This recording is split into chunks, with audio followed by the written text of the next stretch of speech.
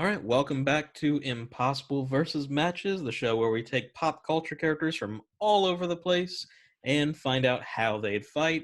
It's not really a who would win, it's more of a situation that it takes to get there.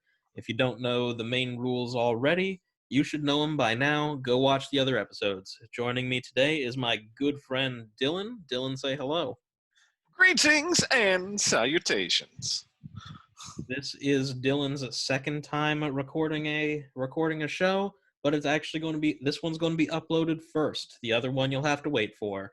But Dylan, you know the rules. I know the rules, and I'm going to throw in a two curveballs into this Oh, episode for no Lord. reason. Oh, lovely. I can't wait. This is going to be the Um, best. this episode, I'm banning gaming characters. Oof. Big oof. Banning gaming characters, and the second so if you get a gaming character on your wheel, you re-roll. The second one is that if we decide we don't like the matchup, we can get one mulligan where we decide who, like which of us re-rolls. So if I get a scenario and I don't like the character on Dylan's wheel, I can have Dylan do a re-roll, and vice versa. Why not? Whatever. It's your show. You do what you want, I guess. It's just to keep it interesting. And so if I pick a character that you don't like for the matchup, then you can have me re-roll, or if your character doesn't fit the matchup and you want to use mine, then you can re-roll. But you only get the one Gotcha. for each round. Roger, All right. Roger. So, for those of you who do not know yet, we both have a randomizer filled with 50 characters of our own choice. I have my own, Dylan has his, and in order to start things off, each of us will roll, and those are the two people that will be going against each other. Dylan, would you like to start this time, or would you like me to go first? I'll go first. All right. So, I'm going to spin the wheel for you. All right. And you got Pennywise. Pennywise. All right. Yes. Now, mine. Let's see what we get.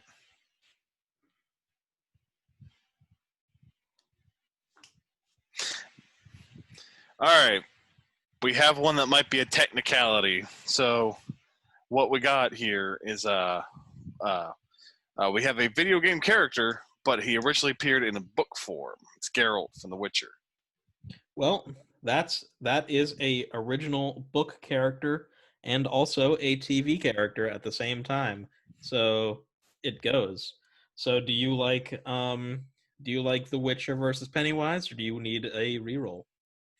I think I like it just because of it's gonna be interesting because the guy who hunts monsters and then it's a very straight. I think this will work pretty good. I like it as well.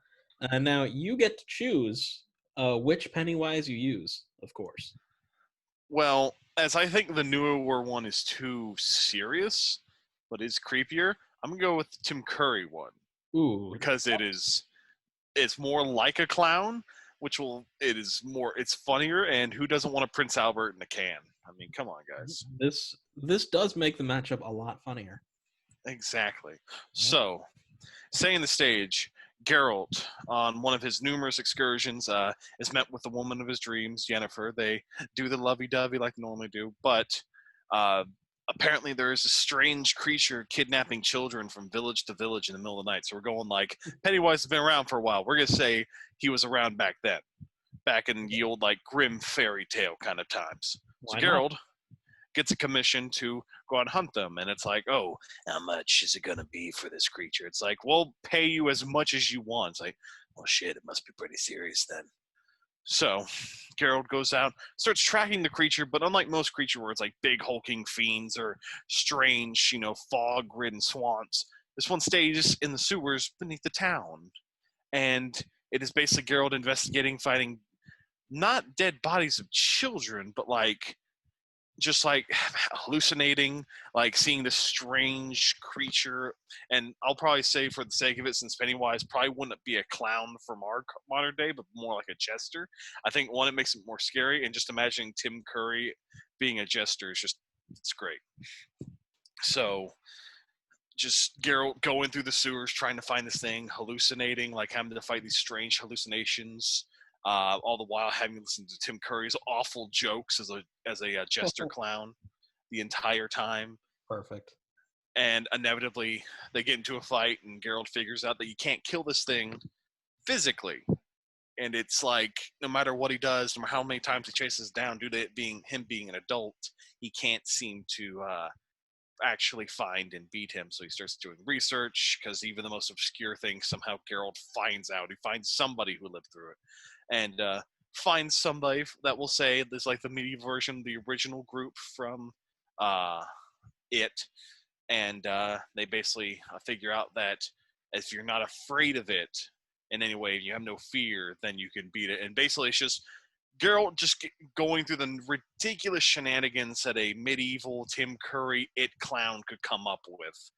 Just an acid trip the entire time before Geralt eventually, I would assume, puts him down, because he's the hero.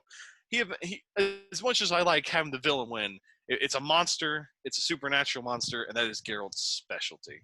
I'm not going to go into how he beats him, but it'd probably be a fun experience, unless like this super serious Henry Cavill-esque Geralt fighting off against Tim Curry's ridiculous dancing clown. Beep, beep, Witcher. Beep, beep, Witcher. Excuse me, Witcher, but do you have a Prince Forrester in a can? You do? Well, you better let the poor guy out. Shut up, you stupid clown. Start shooting crossbows at him. But it doesn't work.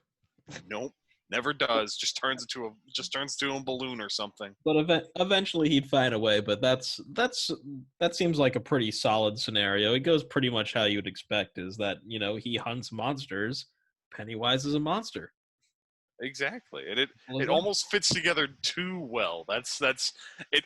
It's like that's actually a possible fight, and it's one that hasn't happened, so it does fit on impossible fights. But it's one of the ones that's like, this is actually possible. Yeah, I mean, I could see this happening. I mean, especially when Pennywise is like that spidery thing. Is Oh yeah, like a giant spider type thing. Then it's totally just right out of The Witcher, really. exactly. Just like him, just Geralt fighting off against this thing, less in physical, but rather more, tricks and puns and secrets. It's more interesting just seeing, a good old fashioned fight scene where a buff white haired dude with a great sword fights off against insert monster here. Right. All right. Well, that's a pretty solid first scenario. So you're good to move on to the second one? Yeah, I'm good. That was a good one. All right. Go ahead and spin your wheel. See who I get. Dun dun dun dun dun dun dun dun dun dun dun dun. Who is it? It is Thor, and in mine, it is not the Marvel Thor. It is the classic Norse Thor. The classic Norse Thor. Mm-hmm. Huh. Well, damn, this is a one-sided battle if I ever saw. Okay, so this is classic Norse mythology Thor versus Wimpy from the Popeye series.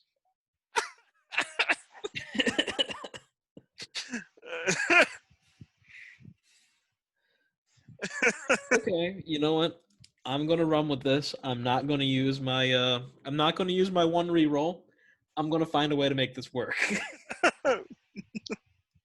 This is difficult for me because one, I actually do not know enough about Norse mythology Thor. And two, Wimpy's only character trait is that he likes burgers. And he apparently is intelligent, educated, and a glutton. And he's a scam artist. Yeah. Oh my God, Wimpy's Loki. Wimpy Wimpy is a lame ass character, and that's why I put him on my list. But so give me like three good points about like Norse mythology Thor. So Norse Thor is obviously Lord, the god of thunder, lightning, storm, sacred groves and trees. He's the defender of mankind, yada yada yada. But he gets up into some shenanigans. He's not very smart. He's kind of a brute, and most of his like planning comes like from like people who help him. So like, there's been numerous times where his hammer's just been straight up stolen from him because he was too Okay. stupid to realize it got stolen. But then he has like one of the most uh, well-known stories of Thor is that the guy who stole his hammer wanted one of the female gods of Asgard to Mhm. become his wife. So Thor cross-dresses and pretends to be his own mom, goes and weds the guy, then beats the shit out of him with his hammer when it's given to him as a gift. Okay.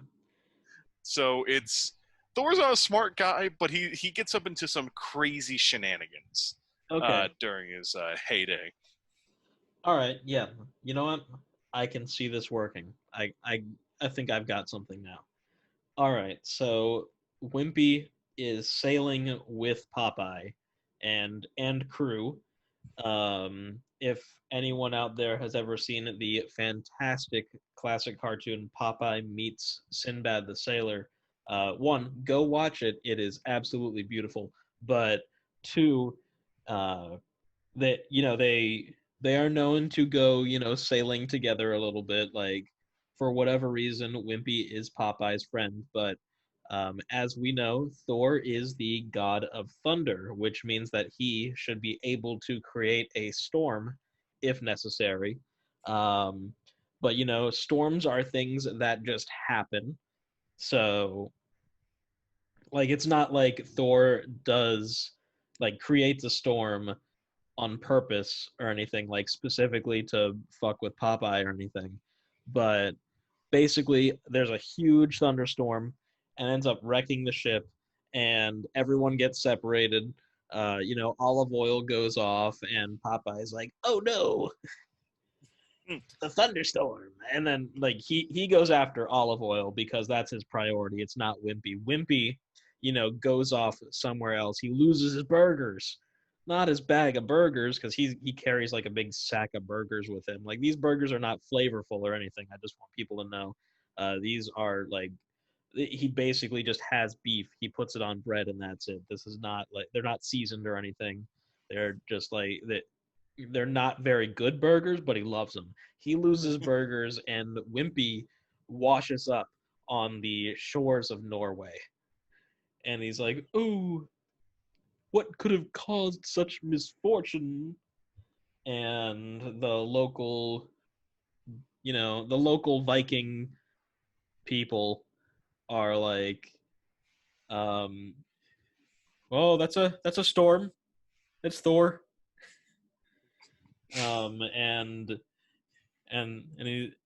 he gets like sacrilegious or whatever. He's like, "Ooh, this Thor's quite a thorn in my side," or something like that. I don't know. Hey. And so they're like, "Well, if you have a problem, then you can go and speak with him in the." And he goes to like a Norse shrine or altar, whatever they have that honors their gods. And he goes there, and Wimpy starts talking mad shit, and then suddenly it's like, who challenges me to battle? And Thor just appears, ready to go all out against Wimpy from the Popeye series. And Wimpy's like, "You, sir, owe me a hamburger." And Thor's like, "Ah, it is a feast that you wish." And Thor likes a feast, so he actually takes Wimpy to Valhalla to have a feast. Um, but these burgers don't live up to Wimpy's standards, or they don't have a burger. So he, causes a ruckus, and he goes up to Odin and he's like, "Odin, I would gladly pay you Tuesday for a hamburger today." And Odin doesn't know what the hell is going on. Um, but the fact that he is dissatisfied with the feast is seen as a great insult. So once again, Thor comes up and he's like, "You insult my feast," and hits Wimpy with the hammer, and that's pretty much how it goes. Wimpy and Thor are battling it out in Valhalla over a discrepancy in burger taste, and basically Wimpy is getting his ass beat, but Wimpy is also a cartoon character and is very durable. So basically, the whole time he's trying to like bargain a bit, and he ends up somehow bargaining and like being a con artist, and Wimpy gets Thor's hammer. Does the classic Norse mythology also have the thing where only if you're worthy can you wield Thor's hammer, or is that like just a Marvel thing? It kind of differs from story to story. All right, solid. Um, Let's just assume but you that could. Wimpy can wield the hammer. I was about to say he could probably maybe wield the hand. Like I'm pretty sure it's just a Marvel thing because Thor does have his hammer like stolen on numerous occasions. In order to seal a hammer, you got to lift it up, even if you're not worthy. So Okay, well then let's just assume that Wimpy can wield Thor's hammer. now, does it give him 8 powers? That's completely up for debate, but I don't think it does. It just means he has a hammer. He has a hammer now, but you know what? Wimpy is so fueled with rage at this point that he earns the respect of the Vikings, and he becomes the new Thor among amongst the gods, and he finally is able to get the burger of the gods. And now you might think, but the battle already happened. But no, this is the battle. Thor is enraged that um, he's enraged that Wimpy would take his hammer, but he's smart enough to know that he got swindled, so he actually enlists the help of his brother Loki. And because this is a great dishonor that even Loki knows is too low, that Wimpy is now sitting sitting amongst the rest of the Norse gods. Um, Basically, now he has Loki disguise him as Popeye, and then he eats spinach and beats the shit out of Wimpy as Popeye, and then takes the hammer back. And Wimpy has to go back over that rainbow bridge back into regular land. That's how that plays out. I'd watch that movie. I would watch the shit out of that movie. It would be like it would literally just be like done in the Popeye style, where like Thor is literally just like, what's the big dude's name? I forget his name. Pete. It's not Pluto. Pete. Pluto. It's just Pluto. Pluto. Bruto or yeah. It's literally just him with the Norse helmet on. It's literally him. That's it. If this like it's just an old timey like 1940s Popeye cartoon where it's just the Popeye characters are playing different roles. Exactly. Honestly, I feel like I was able to turn this around decently in my favor. I was about to say like a few times like okay, nope, yeah, that works, and it's beautiful. That was beautiful. I do hope to use Popeye himself in my list at some point. So I had to make sure Popeye was out of the picture real quick. I was about to say because a fight between Popeye and Thor would be awesome. That would Nope. be fantastic, and I would be surprised if that isn't already like a cartoon storyline of like a Norwegian themed Popeye cartoon. But anyway, that's that scenario. Classic mythology Thor versus Wimpy, which means for anyone else, that means Marvel Thor is still on the table, so he can show up at any time. Yep. At But any not time. this episode because I want to keep things keep a variety. Don't worry, that's the only Thor I had on my list, so you're good on my account. All right. Well, I'm going to spin the wheel for you then, sir. Okay. And you, sir. Ooh, okay. I really hope this is good. This is Steve from Blue's Clues. All right, let's see what he's up against. What is Steve from Blue's Clues, the world's greatest detective, up against?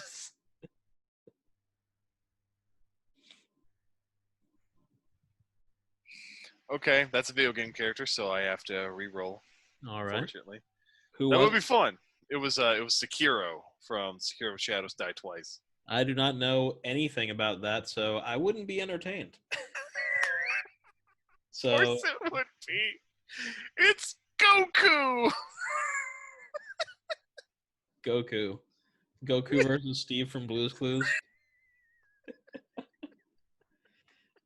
This is the best thing that I could have hoped for. Now, Oh, does that work for you, or do you require or do you want to use the other role that I've established for this episode? I am perfectly fine with this. Are you all right with this? I I am totally fine with this. All right. So, Now, I want you to find a way for Steve to put up at least a fight. I want him to land at least one hit on Goku. Steve, the world's greatest detective versus Goku. So, Goku, in search of trying to find a stronger foe, ends up teleporting himself to an alternate reality where Saiyans don't exist, aliens aren't a thing, but imagination is key. So there are portraits coming to life and all these fun things, and he finds this man by the name of Steve. Now, this Steve is current day Steve, been in a metal band, badass Steve, but he's still Oh, okay. Steve. So it's still Steve, and he's made a one-time return back to his home to visit his brother and his friend, I guess, who's the new Blue's Clues guy, and he's been going on adventures, having a fun time, hanging out with his like incredibly old dog who doesn't die because it's a cartoon.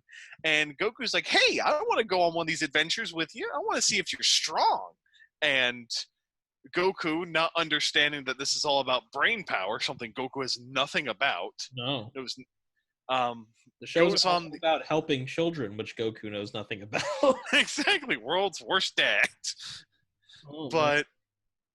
But both of them start going on adventures, and Goku slowly starts to realize that like Steve doesn't seem like he fights, even though he looks like it. And eventually, in one of these portraits or little tiny, I guess like what you would call like micro universes, they go to. I don't know how it works. I'm not getting to the nuanced detail of how the numerous painted worlds and. No, of course not. This isn't Dark Souls. When Steve is gonna hop in, it's just like the painted world of Ariandel. It's just like monsters are everywhere. But one time they jump in and Goku's like, "Hey, this isn't very fun. I want to find someone strong to fight." And Steve tries to teach him that fighting is not necessary. It's healthy to let your emotions out, but it's not healthy to let your emotions out on others. Well, I'm going to say that Goku doesn't care about none of that because he wants to fight, and he challenges Steve to a fight. Well, Steve, being in the land of imagination, um, simply is like, I don't really want to have to fight you. What if we play a game? So Yes. they decide. Goku's like, sure, I'll play, but I win. You have to fight me. So Steve and them decide to do an episode of Blue's Clues, and it's him versus Goku trying to figure out what is happening with, let's say, Blue's bowl went missing, To and they're beat trying to find the Goku, we culprit. gotta find. Yeah, and Goku has no idea. He's given a set of crayons and a small notebook and his own chair to work in, because we all know the chair is most important. Yes. But as time goes on, Goku gets more and more frustrated because he can't figure it out. None of his friends are there. And Steve is just easily like figuring out all the details of the mystery because he has the audience's help the entire time. Of course. And none of the kids there know who Goku is because either they're not old enough to know or they don't care about anime yet because they're watching Blue's Clues. I don't care about no anime. Right. So as time goes on, Goku gets more and more annoyed to the point where goes Super Saiyan and it's like, all right, I'm tired of playing your games. Like, well, you can't just quit a game, Goku, just because you lost. It's like, I didn't lose. It's like, well, I figured out the mystery before you did. And Goku realizes that Steve was not more powerful than him physically. He was more powerful than him brain power. So, i.e., Steve beats Goku any day of the week. So here, I hope this takes a slightly sinister turn on Steve's part. Like Goku punches Steve, like the hit collides, but absolutely nothing happens. Like he doesn't go flying or flinch or anything. And Steve's like, "I'm sorry, Goku, but you can't do anything until you finish a game of Blue's Clues." Oh my And I've God. already finished. And Steve like hits him with like the wimpiest hit, and Goku just goes flying. I was about to say, I kind of want to take that direction. Like, Goku just gets so mad. He's like, nope, we're fighting. You can't stop me. And so he's like, okay, well, first you got to catch me. Steve, being a badass metal dude and being a very smart investigator, is like, all right, I can't beat him in the real world, but in the world of make believe. And lures Goku into a painting where it's all about imagination. Goku doesn't have much imagination. All Steve has to do is imagine that he can beat Goku, and Goku can't beat him. So all it takes is a single punch from Steve as he blocks Goku's attack and goes, sorry there, friend. We don't like fighting here. But if you're going to make me, and then just brutal death metal starts playing, just punches Goku so hard that Goku just lands in his own dimension, never to know where Steve was from, who Steve was, and how did he beat him so easily at Blue's Clues. I distinctly remember an episode from my childhood where Steve skidoos into, I think, a chalkboard, and everything he draws becomes reality. So that's what I'm imagining he's doing. Yes, he just he just like brings to life like his own inner thoughts about how metal he is, and then he's just like, yeah, okay. He just catches his fist and just goes boom and just knocks Goku clean out of their dimension. So Steve could beat Goku confirmed.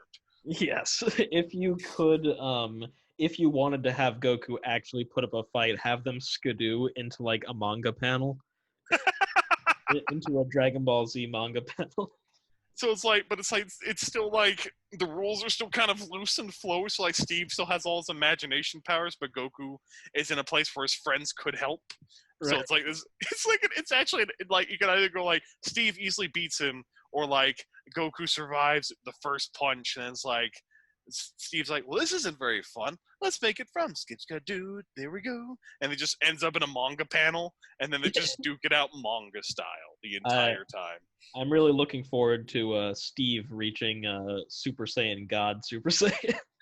No, Goku will be at Super Saiyan God Super Saiyan, and then then Steve would be Ultra Instinct. So he looks the same, just like energy off him, just easily blocking Goku. The way he gets Ultra Instinct is by finding the clues that lead to Ultra Instinct. Finding the clues that lead to how not to think while you fight, and then he can just imagine. So the ultimate power to beat A clue. Where's the clue? A clue. You mean on Jiren? End this farce. That's beautiful. I'm glad that Steve was able to get a worthy opponent, because I've had Steve on my list, and I've been hoping, that he'd get a decent fight. I didn't want him to go up against anything that was, not as fun. But nope, Steve versus Goku, and it's either a one-hit wonder from Steve and the power of his imagination, or Goku so strong that the both of them just duke it out in a manga panel. All right, yeah. If I ever get that Dragon Ball Z game where I can make my own characters, I'm making Steve.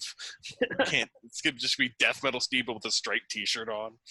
There we go. All right.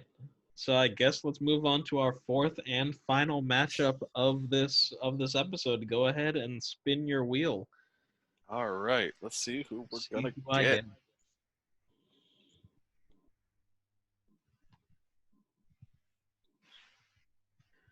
I'm gonna try and make this quick. All right. So mine is Wolverine. Any version of Wolverine you may use, but Wolverine. Oh my god. This is Wolverine versus Tim the Toolman Taylor Tim the Toolman Taylor. from Home Improvement. Oh my god. Battle that will last a lifetime. When an unstoppable force meets an immovable object. Tim just wants his claws for home improvement, man. Yep. Okay.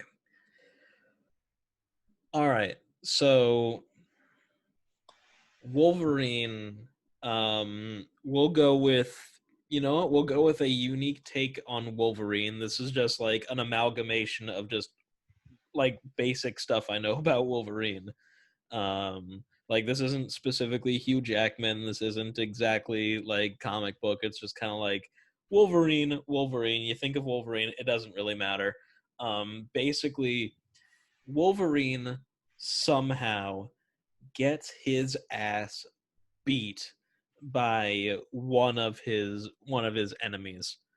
Um, like Wolverine gets to the point where he actually gets knocked out, like he's really beat up, and he gets brought into like a like successor to the Weapon X program.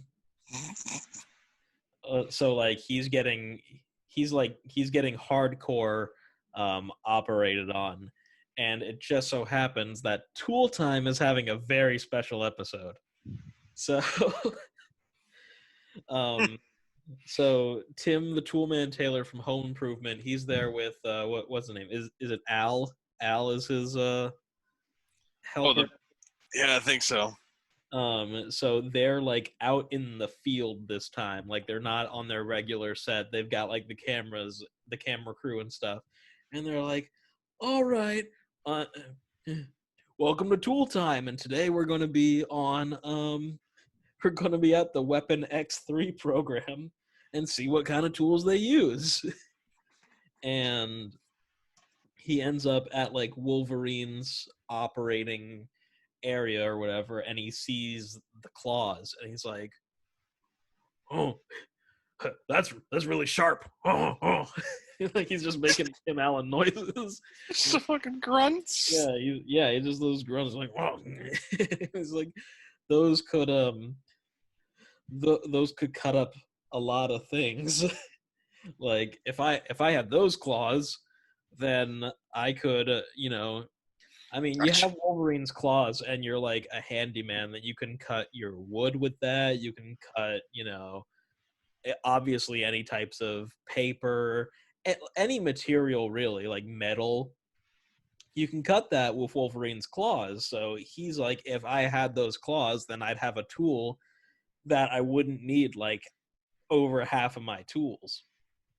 So he like goes in there, and like Tim is he's blinded by greed or something, and the reason because of this is because earlier in this episode of Home Improvement, his neighbor, the one that never shows his face, is like showing that he's got an awesome like a saw or something that he's using to do his own like work with, and Tim gets jealous, and he's like, if I had that, I could really show him what's up. And so he like busts over to like Wolverine's area, and he's trying to like rip the claws out, um but he can't, and somehow this wakes up Wolverine. And Wolverine's like, "What are you doing to me, bub?" And he calls him bub a lot. And Tim's like, "Oh, I, I need this to cut things." He's like, "Yeah, I'll show you what you can cut, bub." And Wolverine like slashes at Tim, and Tim is able to react enough. He blocks it with like his toolbox, and the toolbox gets shredded because it's Wolverine. And basically, Tim is trying to run away from Wolverine. Wolverine is pretty fast, but not as fast as a really scared Tim the Toolman Taylor. And basically it ends up in this scenario where Tim has the slight upper hand of surprise. So he's like setting traps and stuff. Like he like knocks over like a mop bucket to make the floor like slippery, so Wolverine like slips and he trips, and like Tim tries to go in with like his drill or whatever and tries to like undrill his claws or something. And basically this just doesn't work. This is like an endless loop. But Tim, in true home improvement fashion, is actually not really that good at using his tools. So eventually Al just comes in and immediately just gets like Wolverine's claws. It just, it's not important how. It's just Al now has Wolverine's claws. Like he gets them really easily because he's got to show up. He's got to show off. And Tim's like, "Oh, that's not fair." And he tries to fight. He tries to fight Al from Tool Time with the Wolverine claws for the Wolverine claws. And he loses. Al's like, "I'm sick of living in your shadow," and just like stabs him, takes him out. Doesn't stab him. It isn't fatal, but like enough to make him pass out or whatever. And then Wolverine's like, I'm not. I don't have to take this. So Wolverine kills Al, and that's when the people that are behind this new weapon program manage to subdue Wolverine, and somehow, and they get him like knocked out again through some comic book mumbo jumbo or whatever, and they end up they see Steve. I mean, no, I don't know why I called him Steve. They see Tim on the floor, all passed out, and they decide to use this opportunity to turn Tim the Toolman Taylor into Tim the literal Tool Man Taylor. No, he's just, instead of claws, it's like his fingers are just like Swiss Army knives. Yeah, he's got like a hammer and like drill bits and like a saw or whatever. But he's a monstrosity, and He's the him and actual Swiss Army man. yeah, and so he's legit now. Tim Allen has gone through the Weapon X program, and then in order to like see the progress that they've made, they end up like releasing Wolverine and Tim the Toolman into like a ring together and make them fight. And that's the true battle here. All this was like Wolverine waking up and not knowing what to do, and now it's like both of them are at their most powerful. Let them fight. Yes, and like Tim Allen, this is not what he wanted. He didn't want to become the Tool Man. He just wanted to be Tim the Tool Man. But now he's Tool Man. He's now Tool Man Tim Taylor. Yes, and so they go at it, and it doesn't matter who wins, but somehow there's a scenario where Tim has one of Wolverine's claws and he uses it to like cut up cocaine or whatever because it's Tim Allen in Tool Time era. And that's Tim the Toolman Taylor versus Wolverine. Beautiful, absolutely. It has everything you want. It's comedy, action, horror. It's everything. It's everything. Yes. So, yeah, I introduced in this episode the a rule of like a mulligan for the wheel, but we didn't have to use it because this is all solid gold. Solid platinum, my friend. Yeah. Diamond edition Steve from Blue's Clues versus Goku is definitely in my top matchups on this show. For sure. Just the image, not even the story, just imagining that is absolutely beautiful. Oh man, just Ultra Instinct Steve. To beat Goku, we gotta find paw print. We gotta find the clues. And that's our first clue. First clue to unlocking Ultra Instinct. Yeah, kids, Ultra Instinct. There's Steve looks in his handy dandy notebook and he just sees a list of all the characters he's taken down. It's just a hit list. Oh, this is beautiful. Steve once interacted with Beerus. Once interacted with poor Beerus. Exactly. You think Shaggy has unlimited power? Steve from Blue's Clues.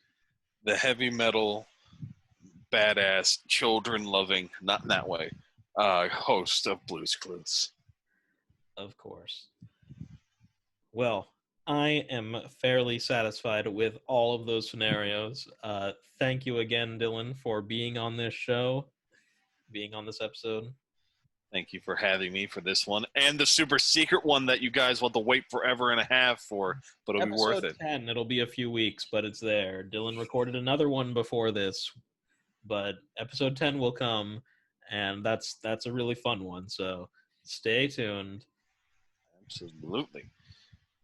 And if you want to find Dylan, there's a link in the description if you want to see his short films from forever ago. Indeed. Couple of stop motions, couple of horrible South by Southwest entries, and a few decent commercial trailer things. Oh, very fun.